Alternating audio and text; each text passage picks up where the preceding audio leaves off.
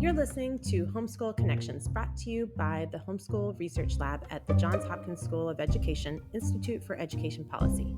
The Homeschool Research Lab aims to inform and influence evidence-based education policy by expanding access to homeschool data and conducting high-quality research.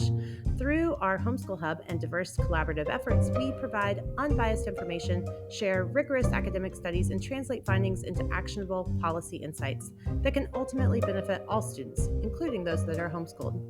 I'm Christy Batts, a research fellow for the lab. In each episode, we'll dive into the latest research, data, and insights surrounding homeschooling. We'll dispel myths, inform stakeholders, and advance evidence-driven discussions.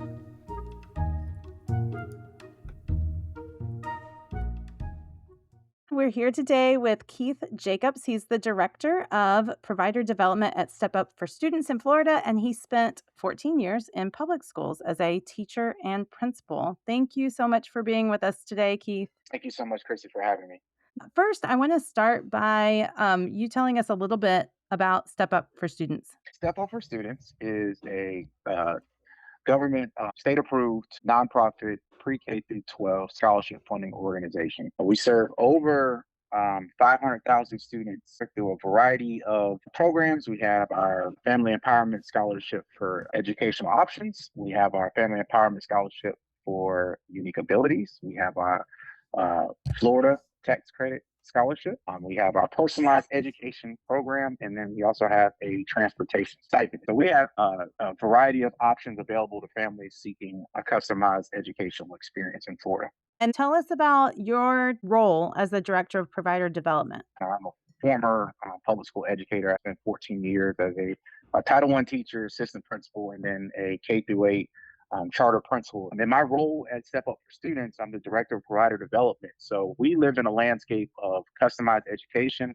and a la carte learning. Families in Florida have the option of using their education savings accounts to purchase courses or other support services from public school districts or charter public schools. So I work with district superintendents. I work with a charter school organization as well. I have a small but mighty team of 3, and we work with those public school districts and charter schools on offering up their courses as unbundled services. That means if a PEP home education family wanted to take a physics class at their local high school, if that district is onboarded as a provider, they are able to purchase that course and pay through their education savings account. I have so many questions for you, but let's start here because you mentioned the PEP home education family. What are some of the different ways that families can homeschool in Florida? Home education has been a part of the education landscape for decades. Families have always been in a position of power to be able to take responsibility for the instruction of their children at home. So that concept in and of itself is not new. What happened was in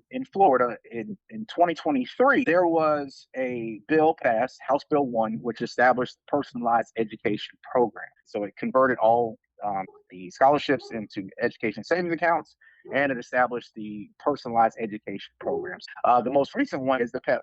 And last year we had over 80,000 families as well who participated in the PEP program. But it's also important to note that there are families who want to do full-time virtual school, whether they do it through Florida Virtual School or a district virtual school program. They're able to do that. Or you have your traditional homeschool model where families take ownership of their child's learning directly, but they're not a part of the actual PEP program, so they're not receiving the education savings account for that. And there are over 115,000 families who do the traditional home education program. But for PEP last year, like I said, there were about 80,000 PEP families. We also have the Family Empowerment Scholarship for Unique Abilities. So that's for a student with qualifying unique ability or disability, such as autism spectrum disorder. Families can homeschool their kids and use that funding for that as well. So there are many different ways for families to experience home education in the state of Florida. I'm glad that you're putting some of those numbers to that because it's something that the Homeschool Hub does collect, like the traditional homeschool numbers. But I know that the PEP program families are not in the state database. So I'm curious about the Family Empowerment Scholarship for Unique Abilities. Do you have any ballpark about how many families are participating in that? You're talking about over 100 and over 150, about 150,000 students. I would say about half of those for unique abilities participate in private school options, and then the other half participate in homeschool options, meaning that they use their scholarship for home education. Thanks for going into that. It's about your main work that you do with your powerful team of three is to work with public school district superintendents and charter school organizations. Do you also work with individual schools? It's typically at the district level because public schools are run through the districts in Florida. So that opportunity is available if the district decides that they want to participate. That comes from them. And then they decide which schools are going to be available for those services. We don't work directly with the schools within the district. Typically, we partner with the school districts on. How many districts are providing these a la carte, kind of like unbundling their services for the PEP students and I guess the family empowerment students of unique abilities? So if you look on our website, stepupforstudents.org, we have a map on there. We try to keep updated. But right now in the state of Florida, there are 67 public school districts. Today, 51 of those, um, which is over 75%, have agreed to participate in unbundled services. Wow, that's a lot. So you're working your way across the state, Yes, it sounds like. and it's a test the flexibility and responsiveness from school superintendents who are looking for ways to innovate and partner and diversify their offerings for families. So it's a testament to what that next phase of public education is going to look like, where the educational space is going to involve public school kids. It's going to involve private school kids, home education kids, students who want to experience magnet programs. That's all a part of in charter schools. That's all a part of this new landscape in Florida. So I'm very pleased that the public school districts and public school board members have decided that they want to participate in this opportunity for unbundled services. Yeah, I'm curious when you get the call from the districts, what is the tipping point or what makes districts interested in partnering with home educated students and this unbundling? Over 50% of families in the state of Florida exercise some form of education choice. So that means the majority of families have decided they want to exercise choice. So what that means for districts is that districts have to find a way to innovate. And as they're making those plans, they have a list of things that they want to do, things that they don't want to do, and they're having those conversations. And what my team does, our mighty team of three, is we try to meet them where they are. We talk to them about what their needs are, how they want to serve students moving forward, and then we want them to know that they could serve students as a provider. I mean, in the state of Florida, there's over $2 billion in education savings account funds for provider services. They're just one of many providers eligible in the state of Florida for these families that are doing home education. So we typically just let them know what's available to them, how many students in their district can participate, and they typically want more information. But it's not a matter of this is a quick one meeting turnaround and they're just can't wait to serve non full time students. There's a lot of discussions that go into that. We're just grateful that public school districts have been open to those discussions. Yes. So I want to ask you more about some of the district interactions that you have, but I want to back up and get a lay of the land of exactly what types of resources are districts making available to these PEP families. Well, it's pretty standard, and that part of it is pretty standard. So a family can decide whether they want to do in-person classes if they're available, or they can do virtual classes if it's available. Those are traditionally the two main options that districts, when they decide they want to partner, are offering families. We try to keep it simple because you don't want families to be frozen in choice. You want them to have choice options, but you want them to be able to make the best informed decision. So that flexibility is up to the district what they decide to offer as a approved public school district under the Florida Department of Education. They are able to offer those services. It's just a matter of do they want to offer them in person or or through virtual learning or both, and that's typically what the majority of families are willing to exercise. And I'm curious, do you see this across the different levels like elementary, middle, and high school? Yeah, it's pretty standard across the levels of K through 12 education. I want you to think about it. If you're a parent and you're homeschooling your child and your child is excelling in in science, but your background is English or maybe even social studies. If my child at home is excelling in science, and in my neighborhood high school has a remarkable physics or biology teacher, that's what those families are going to be looking for. Hey, is there an opportunity for my child to take that physics class or that biology class at your local public school? And because that public school district is not receiving state funding through FTE for that child, they can pay for it through their education savings account. So that we see it on all levels. At the younger levels, it's more so about socialization and getting an opportunity to meet classmates, a particular kind of club or organization within the school that they like. In middle school, if it's a STEM program or a club, these families are taking advantage of that. So we want to make sure that families in the state of Florida know that they have options. They're empowered to make those options, and Step Up for Students is going to make sure that they're able to make those informed decisions and have the resources to be able to do that. So FTE is full-time enrollment, which is another mechanism by which schools can get state funding, right? Yes, that's And correct. is that an option for public school districts in Florida to enroll a student part-time, not through the PEP program, but through the FTE formula? So if that child is not a full-time enrolled student, there are options available to them. Let's say that they are just a scholarship family in general, but they want to take a a course from a school district. There is an option, and they've always had this option of paying out of pocket.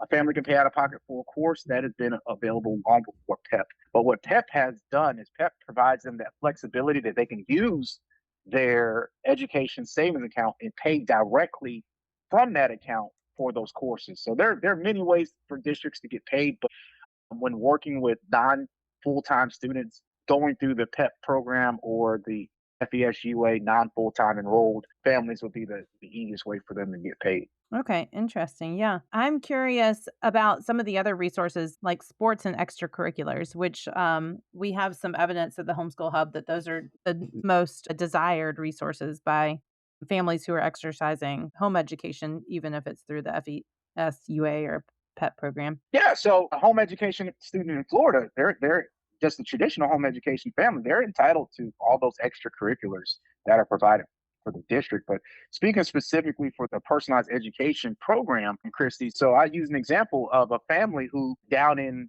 Southeast Florida towards the East Coast, that child wanted to participate in band. So that child actually was Glades County, but was a home education kid. That child is able to participate in band, and then whatever fees are incurred to be able to pay for that, they can pay through their education savings account. You're going to see that more and more as families start expanding their home education options. We still want to make sure that they have the rights and responsibilities of a traditional full-time education student, which means access to extracurriculars such as clubs and activities, but also if they want to participate in athletics. Districts are working internally to make sure that those options are available. And as a scholarship funding organization, Step Up for Students, we want to make sure that the students are funded appropriately so that they can explore those options. Yeah, yeah. So, like talking about some of that advice that you give to districts, where do you start with them? If I were a district and I were to call you up and say, our board has passed a provision and we'd like to accept PEP and FESUA students, where do I start, Keith? Right? Well, that's a great question. So, mighty team of three. So I have a senior manager that works with me, and then a manager that works with me. So what we want to do is we send them information linked to our website, and within there we have a provider page. So the reason why we do that is because we want to make sure that we're in accordance with state statute to make sure that they know what their rights and responsibilities are as a provider. So within our webpage, they can explore um, uh, family manuals so they can see what families are eligible to spend money on. So we have a purchasing guide on our website. So they're able to explore all of that. So that's some of the preliminary things that we do as far as paperwork. But then we have conversations really about what the individual needs are of the district. That varies from district to district. And then they ultimately make the decision whether they feel it's beneficial to move forward with that program. Our responsibility is to make sure that they're an approved provider and that families are able to participate in their services and pay through their education savings account. So we really want to, steer them to our purchasing guide so they know exactly what students can and cannot pay for to just provide that deeper breadth. We want to make sure that the districts are questions are answered, and they have a lot of them. But we also want to make sure that they have all the information through state statute that makes them eligible for these services. I can't help but be reminded that you're essentially asking them to think of these services that they've never thought of as separate entities, right? And they need to kind of like put a price point on each of these offerings. And this That- sounds so familiar to several years or maybe at this point decades ago when we did that for the medical field, right? And medical services so that the consumer knew exactly how much they were going to be billed by their doctor for different services, and that was really hard for some doctors, right, to say this Mhm. blood work is going to cost you this much money. So I'm kind of curious, how do the districts set their price points for these different offerings? Well, that's a great point. So yes, we do see it in healthcare, but we also see it in transportation as well, Christy. There was one time where public transportation, whether you took a train, a bus, or even a taxi to that extent, was the norm for most people to participate. And then you had Uber and Lyft and other avenues of transportation that provided that level of customization. And so what we're seeing is that in every major service offering in the human experience, the need for customization is evident. So when you're talking about education, we've gone from government sponsored, government funded within the public school sector to now families being empowered with the money and the opportunity and knowledge to make a decision on which a la carte model they feel is most valuable for their child. It's no longer I have to go to my neighborhood public school based on the zip code that we live in. So they want that level of customization. As it pertains to public schools and their price points, that's completely up to the public school district. There's currently no set parameters on where their price point should be, but they do try to align it based on the guidance from the Florida Department of Education. They try to what a single course would be based on what it would cost to educate a full time student, and then scale that back to, well, how much would it cost for one period or two periods? So that level of flexibility is, in Florida, it's not about just flexibility for the families, but it's also flexibility for the providers in schools. We want to make sure that they have the knowledge and the access to be able to schedule out the services they feel is most appropriate and create a price point that they feel is both fair and competitive for the students that they're going to serve. So that's completely up to the school district. Yeah, that kind of makes me wonder, and I'm going to bounce back to thinking about from the recipient's perspective or the consumer's perspective. Can PEP and FESUA students go across district borders to access resources? Now, that is a great question. So look at it this way. If I'm a full-time student, typically what my zip code or within my district, that's where I have to attend school. There's a boundary. The reason why this next level of public education is so vital for families is, to your point, they can go from district to district. So if you have a remarkable virtual program in Orange County Public Schools, which is in the center of the state, but I live in Duval County, I can access that provider virtually. Or if you want to make that drive in person, I don't think you would want to, but I can purchase that service. If you have neighboring counties and one county is participating as a provider in your county, you can drive to that other county to utilize those services. Remember, Christy, the way to look at this is that it is a contracted service provider. So we've shifted from, government funded agencies to government funded providers. And so as a provider, they're able to provide services to students beyond their current territory. So that, again, gives them complete flexibility. It breeds innovation. It makes them want to be more competitive, more innovative, offer more programs. And that's really what we're seeing here. That's really interesting to me. And I'm so glad that you were able to go into that. So, rural Mhm. districts oftentimes are reluctant for school choice because the public school is the school in that district. There are Mhm. no private school options. And I'm speaking at a national level. I'm curious if you've gotten any buy in or pushback from rural districts with this. I guess it's fairly new, right? So, it's only since 2023. In my experience, I have not had any direct pushback from rural districts. Rural districts are thriving, just like the larger metropolitan urban districts are. What I'm seeing is in rural districts is because they're so small, actually a lot easier for them to attract families because, to your point, those families know directly if they have one or two high schools or a couple middle schools or elementary schools. I know exactly what services are available in my district. So they still have families who participate in the PEP program. So they're not full time public school kids, but now this child wants to be a PEP home education family, but they still value the dedication and the work of the public school district in that rural county, and they just want to be able to take a course or two and pay for it through the education savings account. So it's all about just creating a landscape where every school district, every public school available is able to offer services to families that are in need. The biggest thing behind all this is making sure we're meeting the demand of the families. As you've seen in your research over the years, the demand for home education, PEP programs, and scholarships have increased year over year, to now where we have over half the state is exercising education choice. So that just shows the value of public school in those spaces in all different types of districts, and the importance of families being able to make informed decisions on which provider services best meet the needs of their child. Yes, the Homeschool Hub is seeing growth in the practice of homeschooling and all the tangential practices that look like homeschooling, but those homeschoolers are not necessarily counted as homeschoolers by the state, such as the PEP students.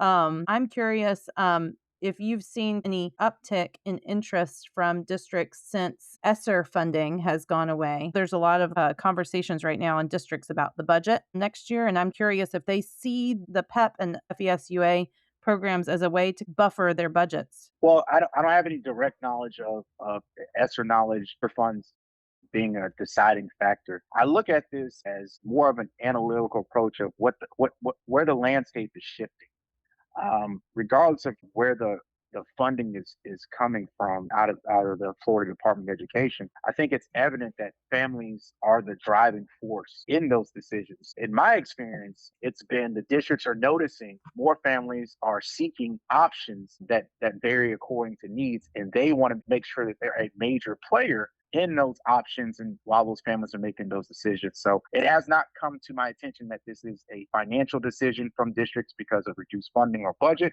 But what I do believe, and I do have conversations of, is that they're realizing that this landscape is changing and they want to be an integral part of the solution for being able to serve these families. So that's kind of how they're looking at it. We need to innovate. Parents are more empowered now than they've ever been. And so we want to make sure that we're a part of this journey.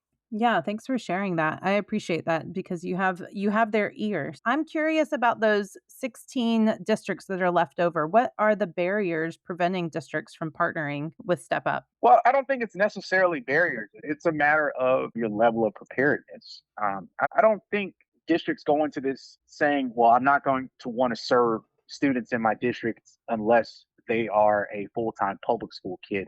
I don't have that experience with districts. What I do see is that districts want to make sure that they're offering a quality program. They want to make sure they have the infrastructure, and they want to make sure that the timing is right. So when you speak about the 16 districts that haven't done it, it's more so about access, opportunity. Those discussions are still happening. They can come on at any time. We just know that every district's going to have their own unique needs. Fully envisioning down the road, 5, 10 years from now, every school district, hopefully in every state, will want to explore these opportunities to unbundle. But I don't think there's a natural barrier per se for doing it. Just you know, now might not be the time to do it, but we might be looking at doing it for the 26, 27 school year. What kind of growing pains have you seen once schools make this decision, and then they start accepting these students? I guess. I think with anything new and innovative, the transition in and of itself, how do you go from enrolling someone out full time into your public school district to maybe a child that's not enrolled full time taking a virtual class? What does that look like? So for even for the newly awarded PEP families, and like I said, we have over 80,000. There are natural barriers that come into that because if they were a former public school kid or private school kid or a traditional homeschool kid, this is new. So they need to know what they're able to purchase, what services are available to them, how do they use their education savings account. So those type of barriers exist, and for districts and other providers, it's the same thing. How do we decide which services to offer, at which price point to offer them? And that's where they are right now and trying to make those decisions. But they're working through it. This is a new opportunity. It's innovative. It goes against the traditional thought of what we've known about public education. And it's now shifted the power into the hands of the families. But families are grappling with the reality that they have this power and they want to make the best decision for their students, and then the districts also want to make the best decision for the students but also for themselves, because they have teachers they have to pay, they have school board members they have to discuss this with, any kind of legal things. There's a litany of things, Christy, that go into discussions when you're entering this new and innovative space. Yeah, earlier you said something about how this might be transferable to different states across the nation. It sounds like this particular new program with PEP, it's benefited from the cultivated landscape of choice beforehand. Florida is a unique landscape, and maybe Arizona is the only other state with as many different options. I'm curious, how would you advise a state at the school board level who is curious about this, and what underlying foundation is required before taking on something like the PEP program where public school districts are able to partner with home educators? Well, that's a great question. So, this is how I view the educational landscape across the country. Florida is the model for excellence at pace and scale. Step Up for Students being the largest scholarship funding organization, we have a over 20-year model that's been well established. So, I don't feel it would be fair for another state to want to just dive into this movement without first doing the inventory of what their individual state needs. So my advice to other states is make sure you're putting families first and empowering families to make decisions. When you have a student-centered approach, the innovation comes because you're trying to figure out different ways to meet the needs of every student in your particular school district, not the ones that just have access and means to choice. So what that means is you're looking at, to your earlier point, rural families. If you're in a more rural state, you're looking at low income families. You're looking at the students with disabilities and unique abilities. You're looking at all these different factors, and you're saying to yourself, how can we meet the individual needs of these students? PEP is just one of many ESA scholarships, but over 20 states right now have some form of education savings account. So it's a growing opportunity in states. Enter this world of customized education. They're going to be looking at different ways to serve these families. And I think it starts with understanding your constituents and understanding the unique needs of all those families. So that's the first thing I would tell them. Make sure your families feel empowered. Make sure that every child needs are being met. And until you get to that point, continue to innovate. And I think that's what that Florida is a perfect example of that. When you talk about starting with just a handful of kids over 25 years ago, uh, with a tax credit scholarship to now serving over 500,000 students 25 years later. That's a testament to finding new ways to innovate to meet the individual needs of those families. You just have to keep innovating. And so my advice to other states would be find ways to meet the needs of those families in your state. Every state's going to be different, but Florida has done a successful job between Step Up for Students, Florida Department of Education, our lawmakers, and our governor, and making sure that students in Florida have options. Yeah, thanks for going into that. Now I'm gonna like zoom way in, and for anyone listening in Florida who is already a home education family or is seeking to be a home education family, the PEP program is pretty new and it might be unknown. So what advice do you give to Florida homeschoolers that might want to partner with their districts, or obviously like what we learned across district borders? PEP, on average in the state of Florida, the students receive somewhere around $8,000, um, and they're able to use those funds to meet those needs. So I would say visit our website if you're not currently on there, and search for personalized education program, and sign up for more information. But if you're currently on PEP, if you're a PEP home education family right now, uh, look for different opportunities with districts to purchase services. That is available. Um, it is also that option is also available on our website on which districts are offering services, so they can easily access that. So we are still receiving applications are still coming in pretty steadily. Visit our PEP page on our website. They will receive those updated numbers on where we are with application availability. Nice. Yeah. Thanks for going into that. Well, gosh, I feel like we could keep going, but is there any questions that you felt like I was going to ask that I didn't ask yet? No, I think you've covered everything. It's just a matter of making sure that all families know that customization and flexibility, that's the future of public education. We want to make sure that all families have that opportunity to explore a educational experience that best meets their needs. And so I appreciate the time. Perfect. Thank you so much for coming. Thank you so much. Thanks for joining us for an episode of the Homeschool Connections. For more resources, research, and data, connect with us on social media at JHU Homeschool or visit us online at education.jhu.edu/edpolicy, where you can click through to explore the Homeschool Hub and scroll down to sign up for our newsletter. If today's episode sparked ideas or questions, we'd love to hear from you. Until next time, I'm Christy Batts with the Johns Hopkins Homeschool Research Lab.